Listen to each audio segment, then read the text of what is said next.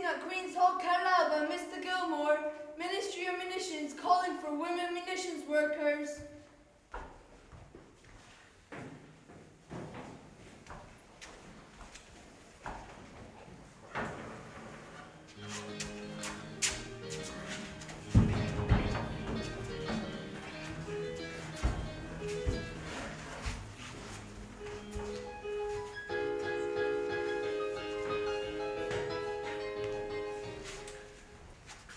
I appeal for more women workers. The work they will do is pleasant, healthy, and it is not dangerous work. It is work that requires attention to detail, intelligence, and in the kind of atmosphere a woman carries about with her. Steadiness, quietude, and ease. That counts you out, Anna. Cheek! I may just be a cracker packer in a biscuit factory, but I have my qualities. Have yet to see them. Munitions factories have worked wonders, but they are still short of labour. The menfolk are required at the front, and everyone who is fit and not absolutely essentially necessary must be put into khaki. In order to take their places, women must come forward to do their bit. I appeal to you present to tell others of the work and interest them in doing their share to help those at the front who are throwing down their lives for the sake of the old country. We should realise that the front line of the trenches is within 70 miles of London, and yet the country hardly seems aware that we are at war. War is becoming a habitude. We must wake up. The country wants to ensure that 10 Germans are slain for every one of our khaki lads. Women have done well in the war. They are the peacemakers of industries, and peace is what is wanted. Well, I'm going to give it a go. It's gotta be more fun than packing biscuits in a biscuit factory. How are you going to leave the biscuit factory? They're stopping workers leaving because so many want to work at Gretna. My father works there. We can see what we can handle. I'll tell him to say I'm 16. The place grew and is still growing. Already it measures 9 good miles one way, with an average of 1.5 the other. In the daytime, there are at least 25,000 busy inhabitants. It is not yet fully manned, or should I say, girdled, but when it is, not less than 12,000 munitions workers will be running the miles of factories which overlie the peat bog of last summer.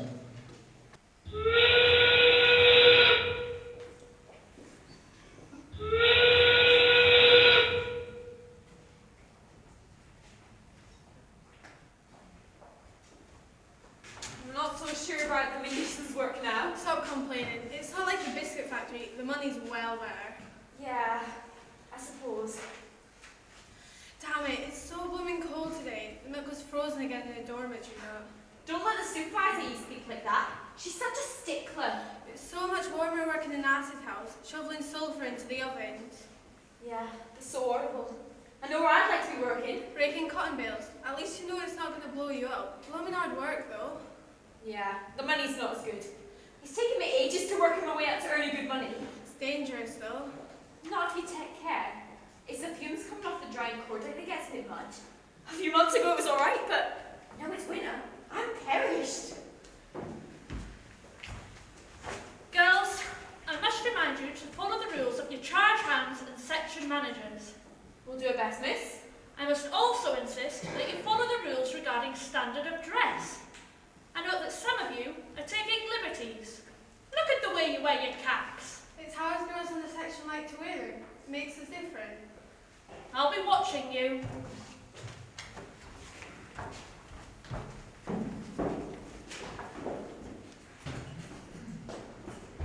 In the centre of the colony is a considerable nucleus of solid brick houses which should be good for a century or more. Here are the main offices, the telephone stations, the club for the staff, the hospital, the cinema theatre, a row of shops and a cluster of residential houses. Radiating out from the centre are the long lines of wooden erections to hold their workers, cottages for the married couples, bungalows for groups of girls, and hostels which hold as many as 70 in each. Cumberland News, Monday, 20th of August, 1917. Women war workers can concern for their looks, no desire to be a plain Jane. Miss Lily Ross Clown, in an article in the newspaper, said, Even in this age of the labour shortage, the factory and the workshop inspectors are as studious in their efforts as ever. These men are in reality the best friends of the workers. However, in some instances, they are foolishly regarded as enemies.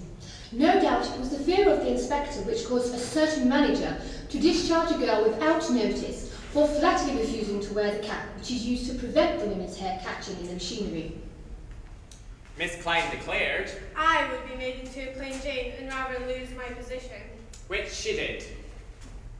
It is ridiculous to believe that any girl should be so absurd as to think of her own looks in the time when the country is in such distress. Women workers are generally stupid when told things for their own benefit. The danger point. There the nitroglycerin on the one side and the gun cotton on the other are kneaded together in a sort of devil's porridge.